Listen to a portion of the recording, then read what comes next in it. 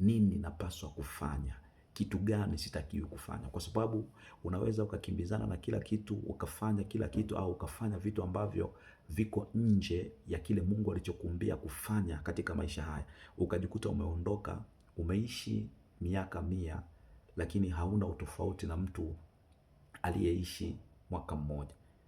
Lakini pia unaweza ukaishi miaka 100 ukaondoka mbele za Mungu na wewe maisha yako yakawa hayajaacha thamani.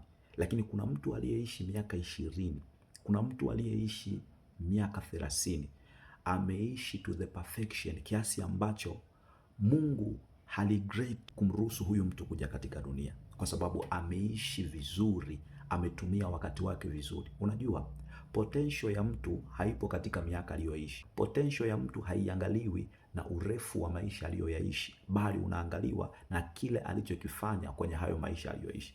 Kwa hiyo kuna mtu ameishi miaka 100 hakuna alichofanya cha maana, na kuna mtu ameishi miaka 30 amefanya cha maana. Daudi ndio maana akasema, utufundishe kuzihesabu siku zetu, tujipatie moyo wa hekima. Bwana Yesu asifiwe. Ninakukumbusha tena, wewe ni roho, hautaishi milele katika mwili. Maisha ya umilele yapo katika roho. Unapotoka katika mwili unaingia kwenye maisha ya umilele.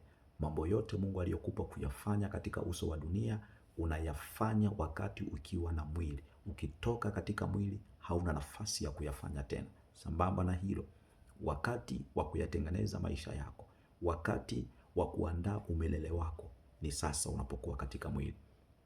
Sasa ndio una uwezo wa kuamua uwe pamoja milele na Mungu au uwe milele na shetani. Ni wewe ndiye mwenye kuamua. Choose wise. Fanya uchaguzi wa busara. Still bado unayo nafasi ya kufanya. Amen. Mungu akubariki.